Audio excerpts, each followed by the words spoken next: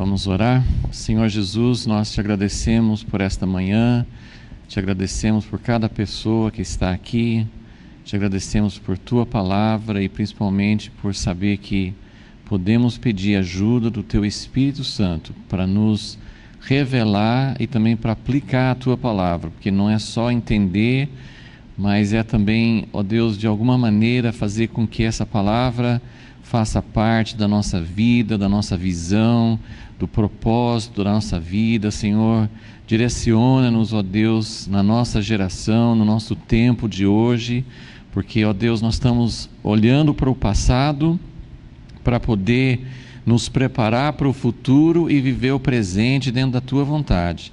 Então, Senhor, ajuda-nos que a tua palavra possa ter significado e realidade na nossa vida, Senhor. E abençoa toda a tua igreja, Senhor. Te pedimos em nome de Jesus. Amém. Ok. Estamos dando sequência nesse processo. Estamos seguindo mais 2 Crônicas 23, mas também tem 2 Reis 11. São os dois textos paralelos. Estamos andando bem devagar, como é nosso costume. Estamos acompanhando esse processo de como Joiada, o sacerdote, como que ele fez para colocar esse menino de 7 anos, herdeiro do trono, descendente da linhagem de Davi, como que ele fez para tirar a impostora, Atalia, e colocar Joás no trono. Então é um processo assim, bem interessante para nós, porque nós estamos querendo também que aconteça isso. Em última análise, como eu falei domingo passado, o descendente de Davi é Jesus. Ele é o descendente de Davi.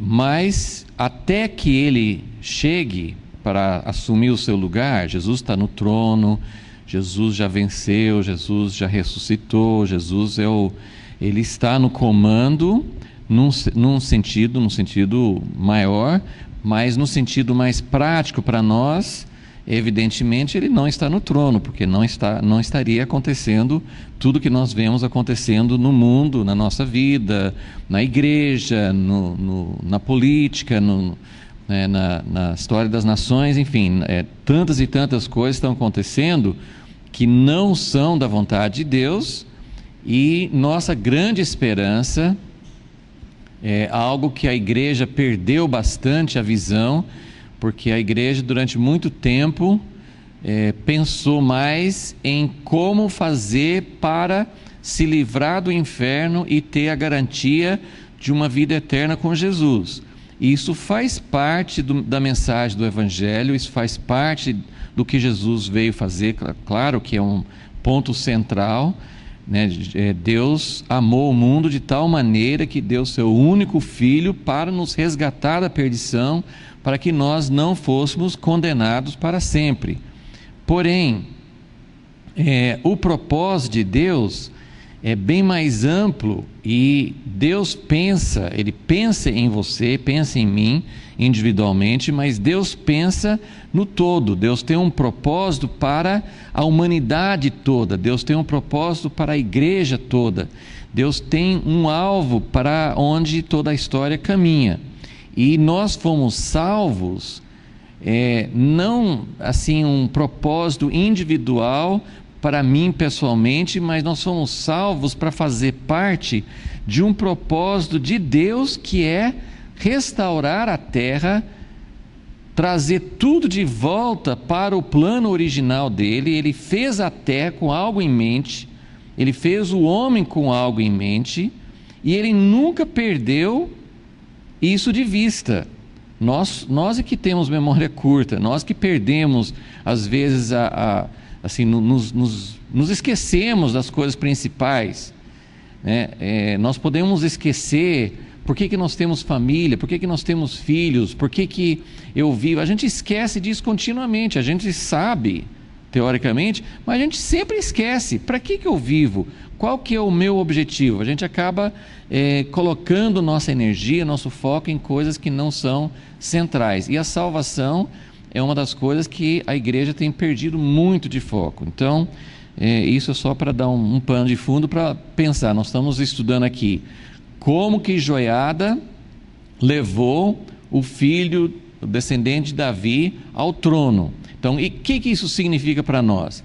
Em última análise, nosso foco, nosso desejo é o que nós podemos fazer para tirar todas... Olha que... se não fosse de Deus, seria uma coisa presunçosa.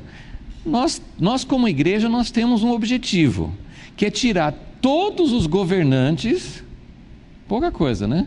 Nós queremos tirar todos os governantes, porque Apocalipse fala isso, que todos os reinos deste mundo passarão a ser do Senhor e do Senhor Deus e do seu Cristo, e Ele reinará pelos séculos dos séculos.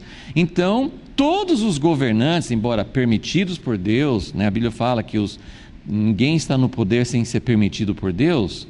Os brasileiros precisam lembrar disso todos os dias, porque a gente pode estar lutando contra Deus, né? Então nós temos que entender que, apesar de Deus permitir os governantes, nós entendemos que o verdadeiro governante é Jesus. Agora, dentro do propósito de Deus, quando Deus criou Adão, Ele deu uma incumbência para Adão para sujeitar a terra. Então isso nos mostra que o verdadeiro rei é Deus, mas Ele quer governar em comunhão e em conjunto com seu amigo, o homem. E não o homem individual, mas o homem coletivo, o seu povo. Então tudo isso aí é para a gente sempre lembrar o que nós estamos tratando aqui, né? Nós estamos falando sobre isso. E eu dividi então esse processo de Joiada em 12 partes. Nós estamos no meio do 5º ponto, que é a estratégia. Então nós vimos a preparação, rapidamente, só para lembrar. O primeiro passo de Joiada foi se fortalecer no propósito de Deus. O segundo passo foi fazer uma aliança com 5 pessoas chaves, que eu acho isso fundamental para a gente entender. Deus começa com alianças pequenas, né, um pequeno número de pessoas, para depois aumentar. Terceiro passo foi esses 5 comandantes buscar outras pessoas em todo Judá. Então eles buscaram levitas, buscaram cabeças, anciãos de famílias, pessoas chaves, para fazer parte desse propósito. Então ele começou com um núcleo pequeno de 5, esse núcleo pequeno de 5 aumentou para formar um grupo maior. Esse grupo maior chegou para Jerusalém e fez uma aliança também. Então Joiada fez uma aliança com 5 e depois ele fez uma aliança com o grupo maior, ok? Esse foi o 4º ponto. Então, 4º passo, ele fez uma aliança com esse grupo maior. E o 5º agora é com esse grupo consolidado. Então ele tinha uma aliança pequena, depois uma aliança maior. Agora ele tem condições de pôr em prática a sua estratégia. Qual é a sua estratégia? A estratégia, agora que nós estamos no A, B, C da estratégia, né? Então, essa estratégia de Joiada, que é o 5º passo, que ele foi explicando, né? Ele foi falando, então os levitas vão fazer isso, os guardas, né? Os comandantes dos guardas vão fazer isso. Então ele foi explicando a estratégia dele. Então é nesse ponto que nós estamos agora. Nós já falamos sobre letra A, que Joiada mobilizou todo mundo, tanto dos levitas como dos guardas. Eles tinham turnos, e então tinha, parece, pelo que indica aqui, que eram 3 grupos diferentes, porque ele sempre trabalhava com um terço que está no período de estar ativo, né, no serviço. Vocês vão fazer isso, e os outros que ficariam de folga, os outros 2 terços, tanto dos guardas como dos levitas, vocês não serão dispensados. Segundo Crônicas 23, versículo 8, no finalzinho do versículo, fala que Joiada não dispensou ninguém. Todo todos eram convocados. Então, existem momentos de crise, existem momentos em que a nossa folga merecida, né? Hoje, na sociedade moderna, nós conhecemos todos os nossos direitos, né? Antigamente, ninguém nem tinha direito, então não tinha nem como saber, né? Todo mundo era assim, não tinha leis, não tinha proteção, não tinha... Hoje, nosso grande negócio é cada um defender o seu direito. Eu tenho direito disso, eu tenho direito daquilo, eu tenho direito...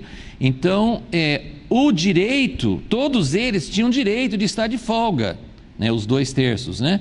Eles tinham direito de estar de folga, mas Joiada convocou, ele disse: eu não estou dispensando ninguém. Eu vou falar com o sindicato, eu tenho direito, eu posso fazer isso. Não, né? Nós estamos aqui por uma causa. Como que Joiada conseguiu isso? Ele não estava obrigando, ele não estava impondo a força, ele estava convocando as duas alianças, 2 vezes que ele fez aliança, com um grupo de 5, depois com um grupo maior, ele foi mostrar o propósito de Deus. Ele falou assim: pessoal, vocês não sabiam, mas ficou um descendente de Davi, vivo, ele está aqui, e é palavra de Deus, Deus garantiu, Deus prometeu que Davi sempre teria um descendente no trono. Quem está no trono está usurpando, está errado. Então ele tinha, né, um mandato de Deus, uma promessa de Deus.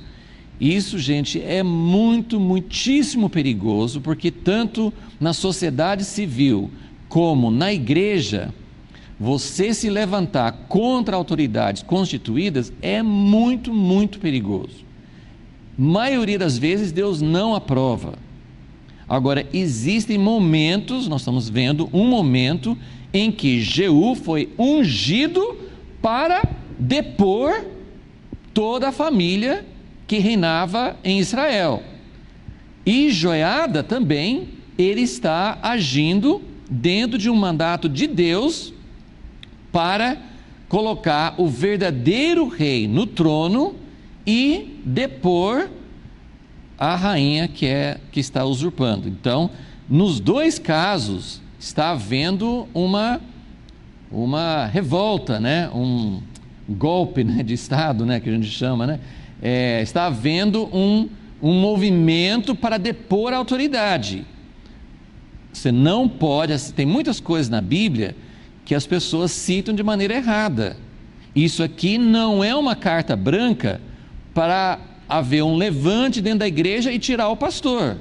Isso não nós não temos essa liberdade. Isso não é aprovado por Deus. Agora, existem situações em que vai acontecer isso, mas precisamos ter muita certeza do que está sendo feito, né? Assim, eu acho que estamos vendo uma situação em que a autoridade existente ia ser retirada, mas por uma direção muito clara de Deus. Então, quando você vai ou encabeçar ou apoiar qualquer movimento, gente, eu volto a falar, muito cuidado.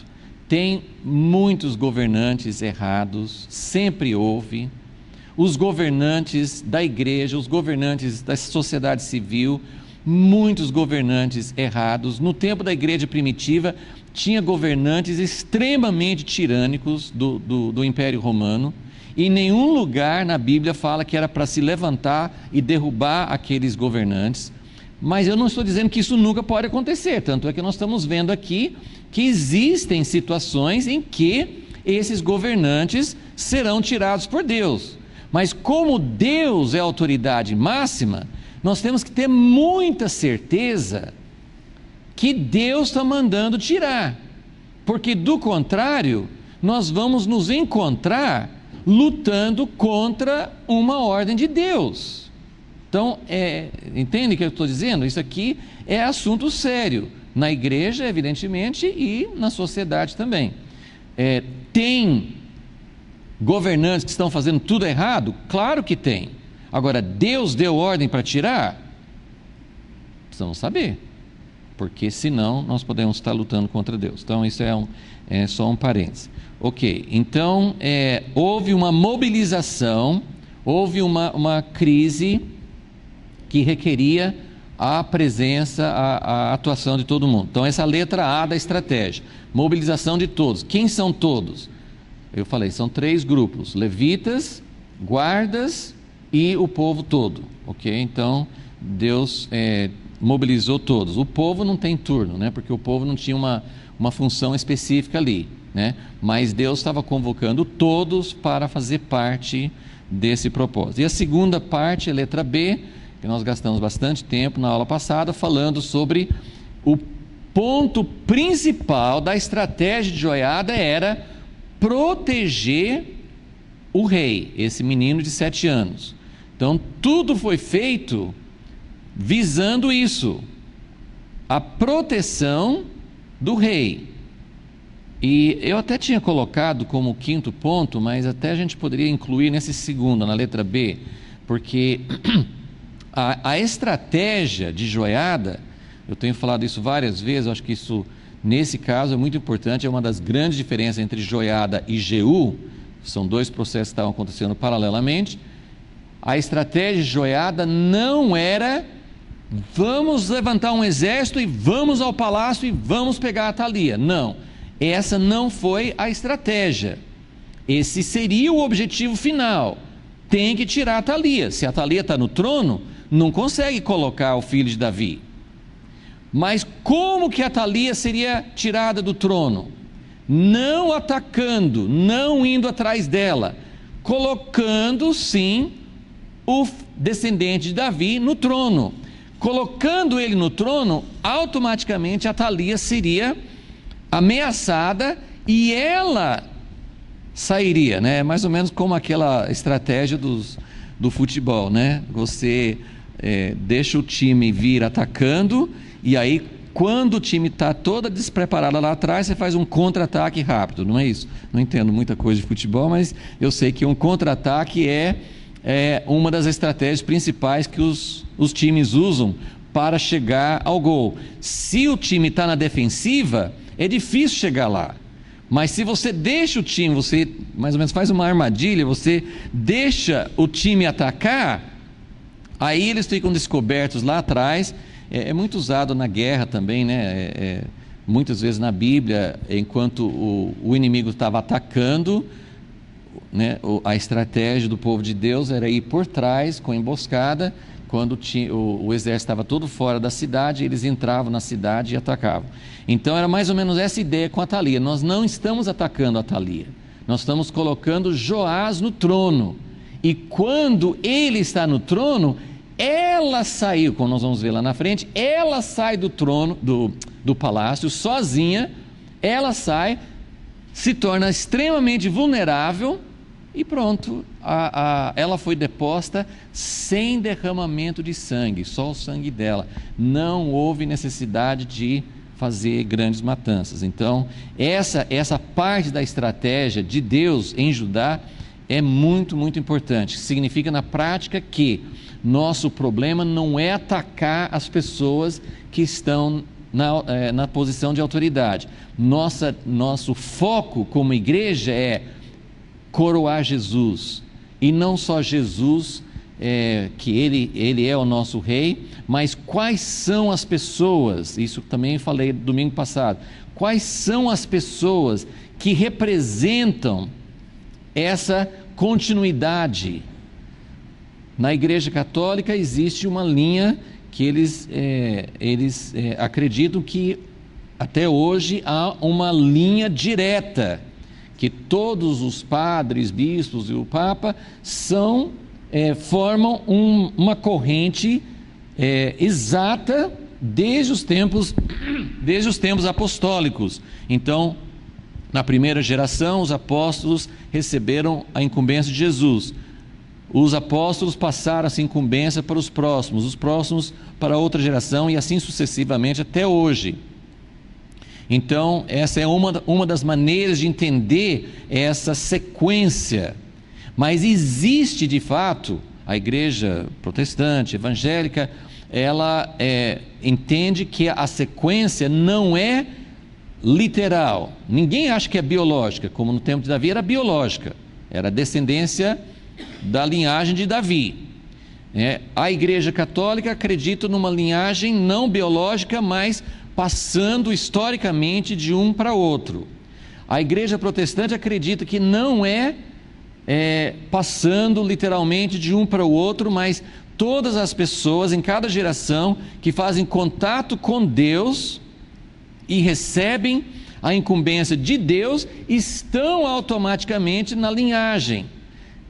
Mas existe algo aí que nós precisamos entender. Acho que todos nós precisamos entender alguma coisa, tanto os católicos como os protestantes. Nós precisamos entender como é realmente essa sequência histórica, como que Deus foi passando de geração para geração. Eu particularmente, eu creio que tem um pouco das duas coisas,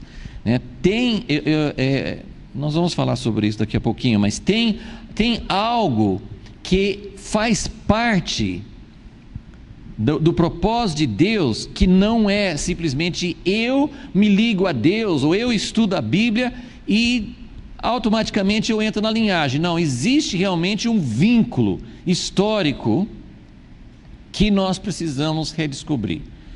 Então, essa linhagem de Davi que Joiada estava protegendo, para mim fala muito sim de nós entendermos como nós podemos proteger, como nós podemos nutrir, como nós podemos restaurar um governo verdadeiro de Deus no nosso tempo de hoje, porque nós também estamos como naquela época, Onde estão os descendentes de Davi?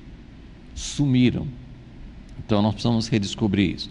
Então essa era a letra B, era a proteção do rei. Aí tudo que ele fala ali, a gente não consegue entender todas as descrições de posição, mas tinha guardas protegendo se viesse um contingente lá do palácio de Atalia, mas era mais assim, cercando o templo, cercando o rei e prontos eles não iam atrás para atacar Atalia, mas se viesse alguém, eles estavam muito preparados, se viesse alguém para atingir o rei, eles tinham várias fileiras de proteção para não deixar ninguém chegar perto do rei, ok?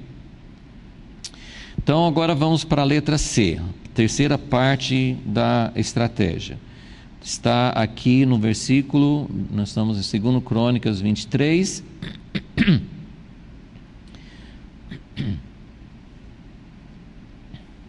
Versículo 6. Ninguém entre na casa do Senhor, senão os sacerdotes e os levitas que ministram. Estes entrarão porque são santos, mas todo o povo guardará a ordenança do Senhor. Os levitas rodearão o rei. A ideia é a seguinte: Joiada contava então com os guardas que não eram levitas, mas ele tinha feito questão de ajuntar, de reunir de várias partes da cidade de Judá os levitas. Quem são os levitas? Todos nós sabemos. Os levitas faziam parte de uma tribo separada para ministrar na casa de Deus. Até tem um lugar em 1 Crônicas que Davi foi quem organizou muita coisa, porque Moisés deixou as ordens, Moisés foi o primeiro que organizou a nação de Israel. Obrigado. Ele foi o primeiro que organizou, mas na época de Moisés o povo estava sempre viajando, então os levitas tinham uma incumbência de carregar, depois que era desmanchada a casa, o tabernáculo, todos os utensílios, as partes do tabernáculo, os levitas carregavam e depois montavam de novo no próximo lugar que eles chegavam. Davi disse: agora nós não estamos viajando mais, os levitas não precisam mais ficar carregando as partes do tabernáculo. Mas ele organizou os levitas em turnos, tem capítulos sobre isso no final de 1 Crônicas.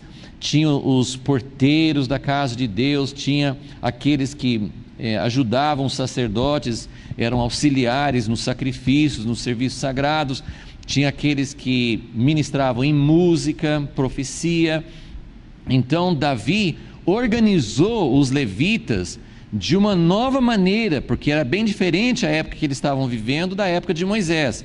E Davi trouxe uma dimensão que Moisés não conhecia, não colocou, que era a ministração ao Senhor em música e louvor.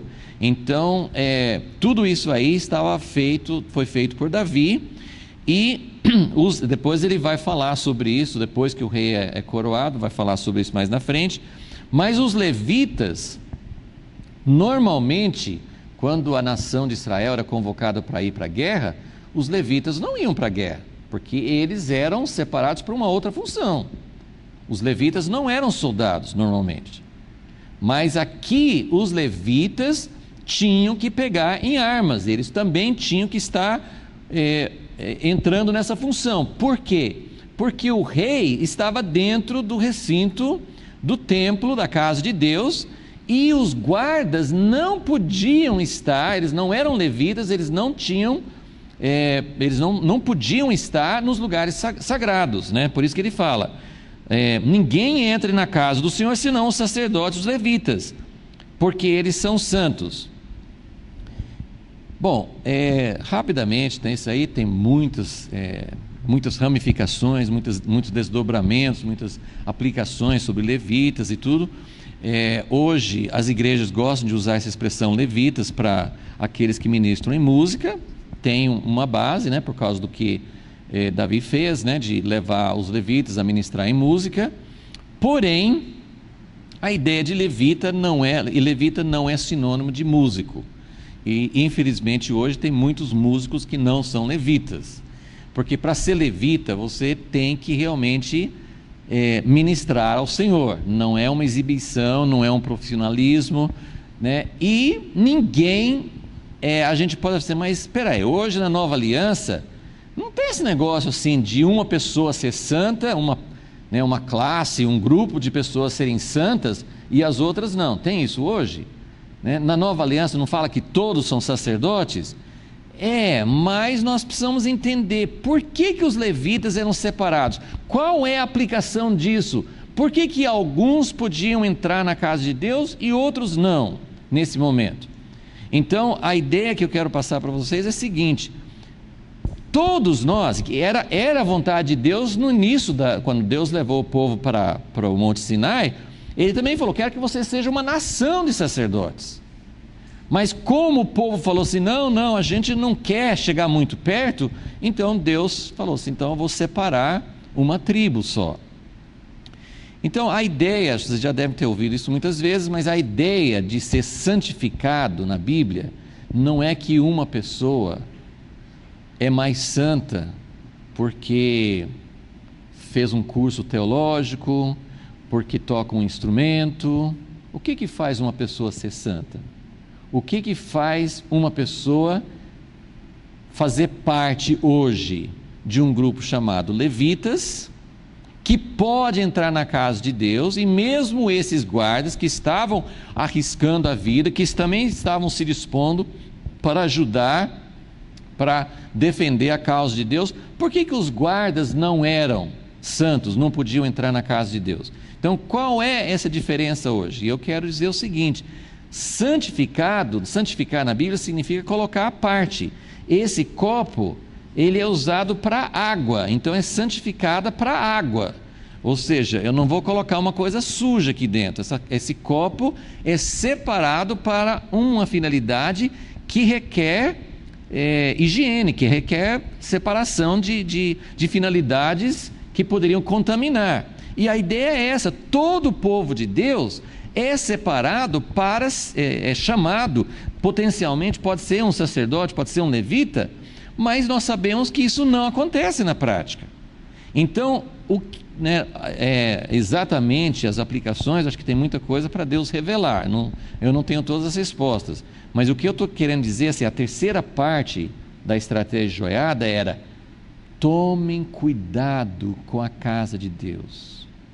É um momento de crise, nós estamos convocando todo mundo, estamos pedindo auxílio de guardas, está todo mundo a postos, mas nós não vamos descuidar da casa de Deus, porque a casa de Deus é assunto muito sério. Então, quem pode ministrar, quem pode entrar na casa de Deus, quem pode fazer serviços da casa de Deus, quem pode conduzir as coisas na casa de Deus, não é qualquer pessoa. E aí novamente tem todas aquelas diferenças, né? Nós temos não só a igreja católica, mas tem muitas igrejas, igreja anglicana, várias igrejas que tem toda assim uma liturgia, um ritual, né? Tem roupas especiais, tem cursos, tem títulos, então nós temos aquela ideia assim, santo, né? Quem pode estar ali é alguém que recebeu uma incumbência, que recebeu uma imposição de mãos. E aí os protestantes, principalmente os grupos livres, não tem nada disso, não tem igrejas que nem querem colocar um líder, não tem ninguém, está todo mundo igual, né? Então a gente tem esses extremos na igreja hoje, né? Mas o que realmente Deus está querendo para a casa de Deus, para o cuidado que Ele quer, é que as pessoas que vão trabalhar, que vão ter responsabilidade, que vão ministrar na casa de Deus, precisam ser pessoas separadas, não pessoas que vão misturar com todas as coisas, com outras finalidades. Então, eu não vou tomar tempo para isso, só vou dar uma dica, mais ou menos uma linha que a gente pode seguir. Se quer saber, na nova aliança, quais são os cuidados? Eu vou ler um versículo aqui com vocês, mas eu não posso, a gente tomaria muito tempo se entrasse em outros pormenores, né? Mas vamos lá para 1 Timóteo. Timóteo, né, nós temos as cartas de Paulo no Novo Testamento. A maioria das cartas eram dirigidas a igrejas, mas nós temos aqui 3 cartas, 4, né, se contar com Filemão, mas as 3 cartas que nós temos que falam, Paulo se dirigindo a uma pessoa. Então nós temos as 2 cartas a Timóteo e uma carta a Tito. Então essas 3 epístolas foram escritas para 2 pessoas, né? Porque Timóteo tem 2, eram 2 pessoas, e a gente sempre lembra mais de Timóteo, porque eram filhos na fé de Paulo. E ele enfatiza isso, ele fala muitas vezes para Timóteo: Timóteo, você é meu filho na fé. Mas não era só um vínculo emotivo, ele estava fazendo exatamente isso que eu mencionei um pouco atrás, que como que é o princípio de Deus de passar um encargo santo, o encargo verdadeiro de uma geração para outra. E a gente tem vários exemplos disso no Velho Testamento também. Moisés passou todo o encargo para Josué, e Davi passou um encargo para seu filho Salomão. Então nós temos toda uma situação, todo um modelo em que aquele encargo de Deus, a comissão de Deus, era algo que foi passado de uma pessoa para outra. E eu queria mostrar assim, que não é nem necessariamente uma coisa tão institucionalizada, tão oficial, como a gente tem um modelo da Igreja Católica, e nem uma coisa tão solta, cada um procurando por si mesmo. Hoje as pessoas, não estou falando todas, né, mas acontece bastante, as pessoas entram no ministério porque é quase que uma escolha de vocação, né? Em vez de ser médico, engenheiro ou advogado, eu vou ser um pastor. É uma vocação quase que profissional, e a pessoa se torna... Olha, gente, eu não sou contra estudo, não sou contra os seminários, não sou contra a preparação acadêmica, não sou contra nada disso. Eu estou dizendo assim, no princípio de Deus, uma pessoa não se torna qualificada para agir na casa de Deus, para ter a unção de Deus, por causa simplesmente de um título acadêmico. Entendeu a diferença? Então, também a pessoa não se torna sucessor apostólico porque alguém impôs as mãos. Isso é uma coisa importante. Mas eu estou dizendo assim, nós na igreja nós temos errado de várias formas. E quando você olha o que Davi fez com Salomão, é muito detalhado. Moisés com Josué também. Tem a passagem de Elias para Eliseu, mas não tem tantos detalhes de como Elias preparou Eliseu. Mas você tem várias menções de Davi, como ele chamou Salomão sozinho e na frente da congregação, como ele passou o encargo, como ele falou assim: Salomão, você recebeu uma incumbência. Gente, isso é tremendo. Salomão não escolheu isso, né? A Bíblia fala em Hebreus que o sacerdote não é ele que escolhe ficar perto de Deus, Deus chama. Então essa separação dos levitas, esse cuidado com a casa de Deus, é algo que a gente precisa entender de uma nova forma.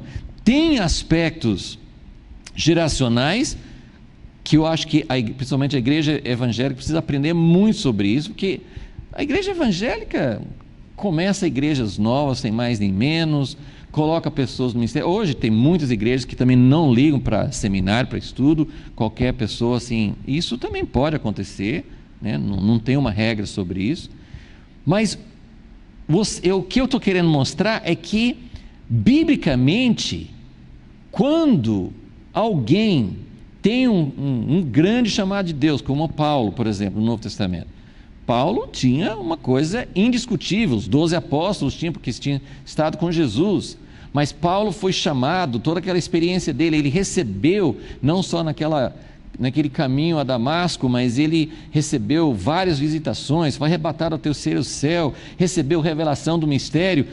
Paulo recebeu um encargo como Moisés, né? Ele subiu no monte, recebeu muito encargo, muita responsabilidade, e ele passou isso para outras pessoas. Ele passou para Timóteo. Eu não tenho tempo para mostrar, mas tem vários lugares. E às vezes a nossa tradução não ajuda, porque às vezes, por exemplo, 1 Timóteo 1,18 fala assim: essa instrução te dou. Outra tradução fala, acho que orientação, mas na verdade é um encargo. É um encargo. Ele não simplesmente está falando assim: eu estou te dando uma orientação geral. Não, eu estou passando o bastão, eu estou passando um peso ministerial, estou passando um chamamento. Salomão recebeu um encargo, um moço novinho, recebeu o encargo de fazer a casa de Deus. Então, nós precisamos disso. Então, eu queria ler em 1 Timóteo 3,14. Escrevo-te estas coisas, esperando ir ver-te em breve, para que, se eu tardar, então ele pretende ir pessoalmente, mas se eu tardar, ele está escrevendo essas coisas para que saibas como convém andar, como convém se comportar, como convém agir na casa de Deus, porque a casa de Deus não é qualquer lugar. O que é a casa de Deus que fala aqui? É a igreja do Deus vivo, a coluna e esteio da verdade. Então, a terceira parte aqui dessa estratégia de joiada nós precisamos defender o rei novinho, esse moço, esse menino, nós precisamos defendê-lo, mas nós não podemos descuidar da casa de Deus. Nós sabemos que muitas vezes isso é comum, né? Quando existe até uma emergência no estado, eles decretam estado de emergência, né? Em momentos de guerra, os presidentes, muitas vezes, dependendo da Constituição, recebem poderes especiais, né? O presidente dos Estados Unidos, por exemplo, ele normalmente tem que passar tudo pelo Congresso, mas quando tem um momento de guerra, em certas circunstâncias, ele pode, por causa da urgência da situação, ele pode agir de uma forma diferente, né? Então, eu não sei como é que é a Constituição no Brasil, se tem isso também, deve ter, né? Então, existem situações que exigem mudar um pouco as regras normais, mas é interessante, o que chama atenção aqui, então, é que Joiada está dizendo, é uma emergência, mas nós não vamos descuidar da casa de Deus, entenderam? Nós vamos cuidar da casa de Deus. Quem é levita vai fazer algo que não está acostumado a fazer, que é pegar em armas, porque os outros não vão poder, os guardas não podem entrar ali, então os levitas vão ter que pegar em armas. Então, aí tem muitas implicações, muitas maneiras diferentes de aplicar isso, mas eu vou mencionar duas coisas. Uma, a gente está vendo assim, a mobilização de todos. Isso aqui, o cuidado com a casa de Deus, significa uma das coisas, né? Significa respeitar chamamentos. A casa de Deus, a igreja, o povo de Deus, não está nas mãos exclusivas, porque a igreja bagunçou muito a ordem de Deus, muito a ordem de Deus, chegou a esse ponto de Atalia estar no trono. Então tem muita coisa fora da ordem de Deus. Porém, a casa de Deus continua tendo regras, continua tendo ordens. Deus é santo. Não é qualquer pessoa que pode entrar na presença de Deus. Isso mudou na nova aliança. Não mudou tanto assim não. Porque Paulo está dizendo com Timóteo, e como eu falei, eu não posso entrar nesses pormenores, mas se você ler 1 Timóteo, 2 Timóteo e Tito, você tem 3 cartas que falam especificamente de vários aspectos de como se deve andar na casa de Deus.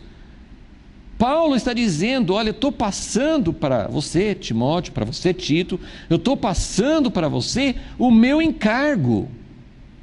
A casa de Deus precisa ser governada pela palavra de Deus, não por tiranos, não por governos humanos, mas tem que ser de acordo com os princípios de Deus, né?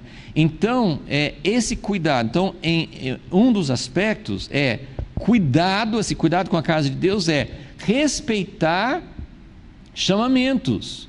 Deus chama algumas pessoas, isso não é uma coisa superior, é uma coisa diferente. Uns vão realmente, não por uma questão de profissão, ser sustentado, ou título de uma escola, mas algumas pessoas vão ter condições, por uma série de razões, de dar mais tempo, de serem mais separados para cuidar dos assuntos de Deus. Isso acontece na igreja hoje. Nem todas as pessoas têm o mesmo chamamento, nem todas as pessoas têm a mesma disponibilidade, as mesmas condições, enfim. Então, as funções nos dão uma separação, nos dão uma autoridade, né? Quando você quer fazer uma instalação elétrica, quem tem a voz final de autoridade é o eletricista, porque ele que sabe o que tem que ser feito, né?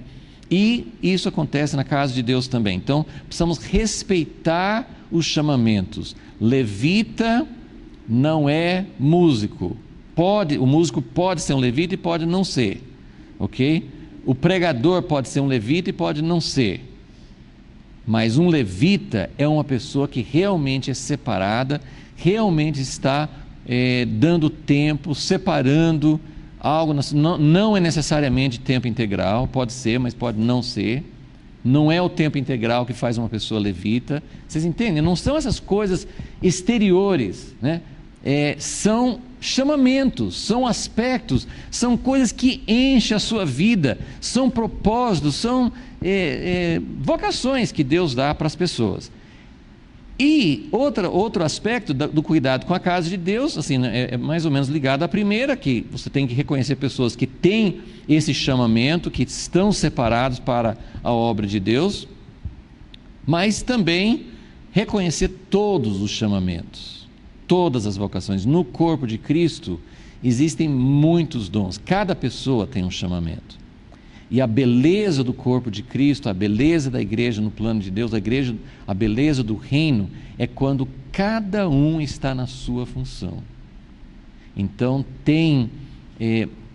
todo mundo tem uma função diferente, e na igreja hoje nós conhecemos 2 ou 3 de maneira mais forte, né? Nós conhecemos o missionário, conhecemos o pastor, conhecemos o músico, não conhecemos, assim, a gente sabe que existem, mas temos poucos exemplos. A maioria da igreja ficou numa posição de passividade, né? Ficou numa posição de não atuação, né? De ficar simplesmente como um espectador. Então, tudo isso aí faz parte dos cuidados com a casa de Deus. Então, Joiada, como sacerdote, ele tem essa preocupação. Ok, então vamos voltar lá para 2 Crônicas 23. E o quarto, na letra D, a quarta parte da estratégia de Joiada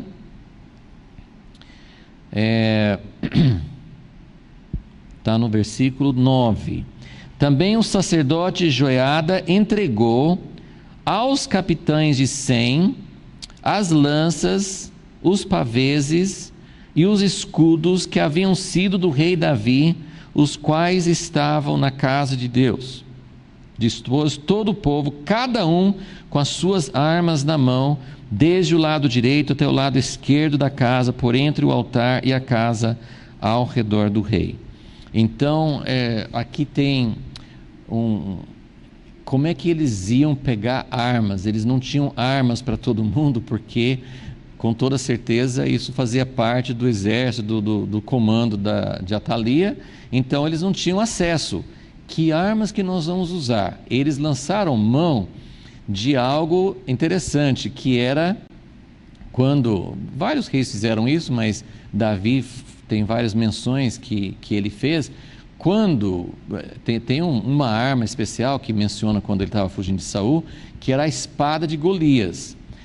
No momento, na descrição da história de Golias, não fala, Davi pegou a espada e colocou no tabernáculo. Não. Mas depois, quando Davi estava fugindo de Saul, ele estava no tabernáculo e falou assim, ele pediu ao sacerdote: será que você tem alguma arma aqui? O sacerdote falou assim: caramba, você está falando com a pessoa errada, como é que eu vou ter arma aqui? Tem uma arma só, que é a espada de Golias, que aliás foi você que pegou, né? Aí Davi falou assim: não tem nada igual a essa arma, pode me dar essa aí que está ótima, né? Anteriormente, Davi não queria nem saber dessas armas, nem de Saul e muito menos de Golias. Ele queria saber só da funda dele, das pedras, né? Mas aquela arma que estava ali, a espada de Golias, era um troféu, né? Eles colocavam ali como troféu, como também os filisteus pegaram a arca e colocaram como troféu na casa do Deus deles também, né? Então tinha esse costume, né? Quando conquistava. Então depois, quando Davi era rei, tem menção de quando ele venceu um exército lá da Síria, ele pegou um monte de escudos de ouro. O pessoal indo para a guerra com escudos de ouro, não entendi muito isso daí, mas eles iam para a guerra com escudos de ouro. E Davi conquistou o exército, né? Tomou posse, né, daquelas armas e colocou diante de Deus. Depois, né, no tempo de Davi não tinha templo ainda, mas depois foi colocado não no Santo dos Santos, um desses lugares sagrados, mas foi colocado numa dessas dependências que tinha vários cômodos ao redor do templo onde eles colocavam. Então tinha essas armas que eram troféus, que eram assim: olha isso aqui, é como um museu, né?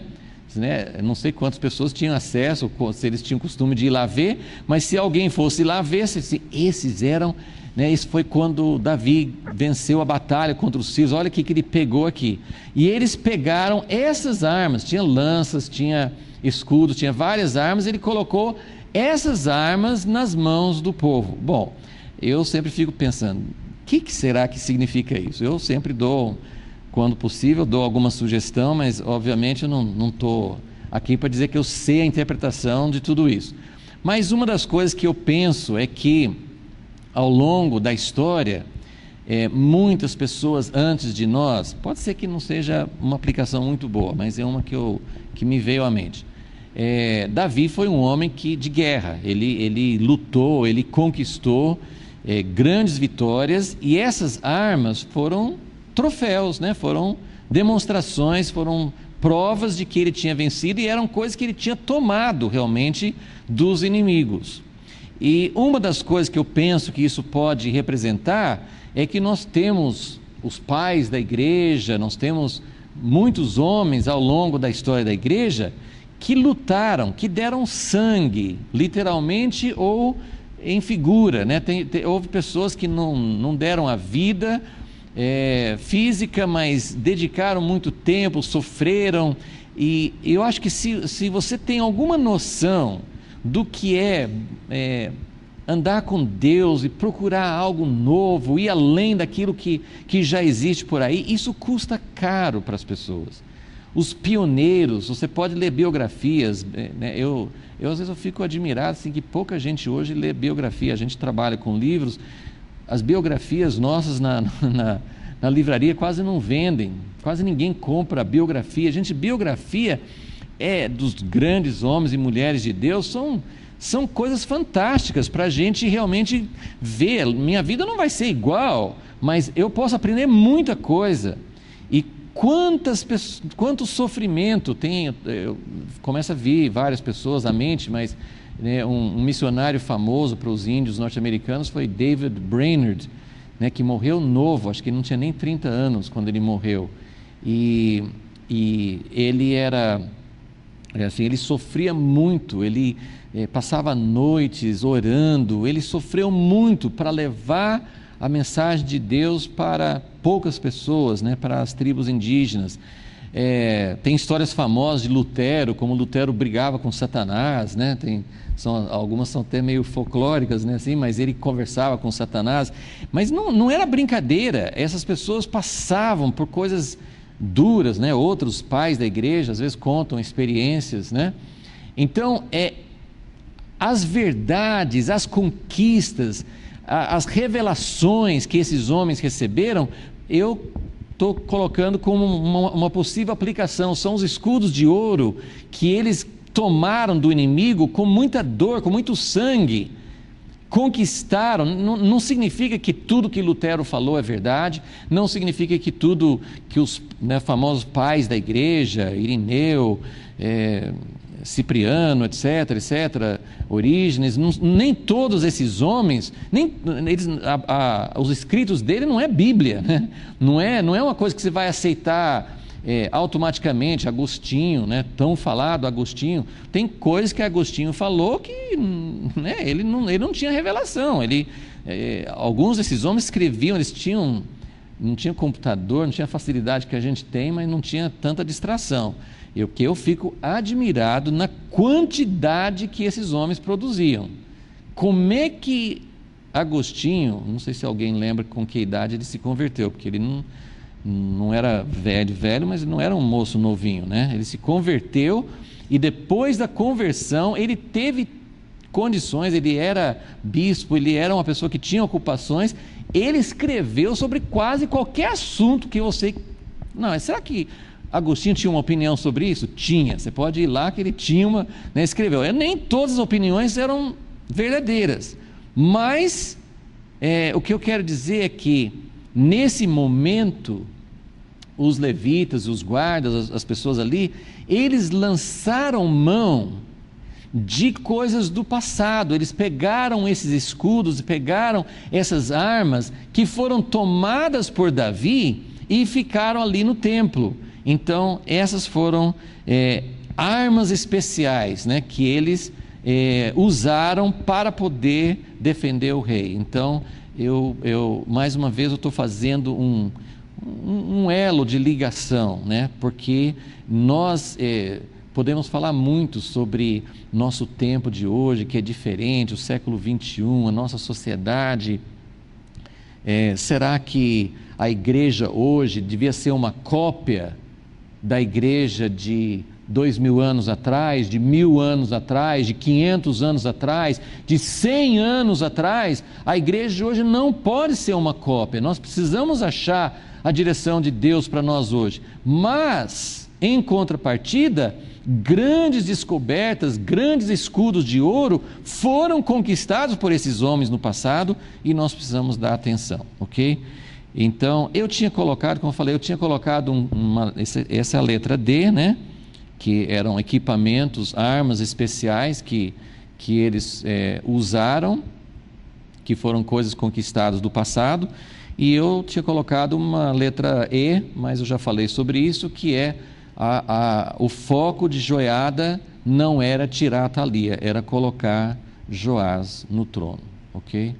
Então, acho que nós vamos parar aqui, porque agora nós, então, terminamos, né, esse quinto passo, que era estabelecer a estratégia, né? Joiada fez aliança, preparou o povo, chamou o povo, mas ele tinha que ter uma estratégia, e ele tinha, né? Ele foi um estrategista, ele tinha uma estratégia. Claro que a principal estratégia de todas é ter Deus do seu lado. Se você não tiver Deus do seu lado, ou em outras palavras, se você não entra no propósito de Deus, que isso Joiada tinha, ele tinha certeza e convicção, esse é o primeiro passo, ele tinha convicção de que a vontade de Deus era colocar um descendente de Davi, o único que tinha sobrado, no trono. Então ele estava dentro do propósito de Deus. Hoje nós precisamos muito buscar isso. Qual é o propósito de Deus para nós hoje? O que Deus está revelando? Qual é a nossa direção? O que Deus está querendo fazer? Em outras épocas, em outros momentos da história, eu falei o quanto que é importante a gente pegar dessas pessoas do passado. Mas é óbvio que hoje nós não podemos imitar outras épocas, né? Tem muita coisa que é verdadeiro. O que Lutero fez foi tremendo, mas hoje não é mais um tempo para chegar nem na igreja católica, nem na evangélica, nem em qualquer, e botar as teses na porta e falar assim, eu sou contra vocês, né? Isso não é a direção de Deus para nós hoje, né? Ou batismo no Espírito Santo, que foi tão importante no século passado, não é importante hoje? Não, é muito importante hoje. A justificação pela fé de Lutero é muito importante hoje, mas a estratégia, o que é que Deus está querendo fazer hoje? Aonde Deus está se movendo? Então tem várias partes, porque a obra de Deus é muito grande, né? Eu posso dizer o que eu sinto que Deus está falando comigo, que é uma grande parte da estratégia de Deus hoje, é reverter o que aconteceu. Foi positivo o que aconteceu com Lutero? Foi direção de Deus para ele na época? Foi importante o derramamento do Espírito Santo no século passado? Foi. Mas qual foi o resultado dessas coisas? Estou citando essas duas, mas quantas outras também? Qual foi o resultado de muitos desses movimentos? Mais divisões no corpo de Cristo, né? Se Lutero fez com que saísse da igreja católica e criasse, sei lá, uma dúzia de igrejas novas, a igreja pentecostal criou centenas de igrejas novas, né? A divisão foi muito mais ampla, sendo que o Espírito Santo é que nos une, né? Então hoje Deus está falando muito, eu sinto isso, assim, quando eu vejo, aquilo que Deus está falando, assim, Deus está falando outras coisas também, não é a única coisa, mas é uma das coisas que eu vejo Deus falando.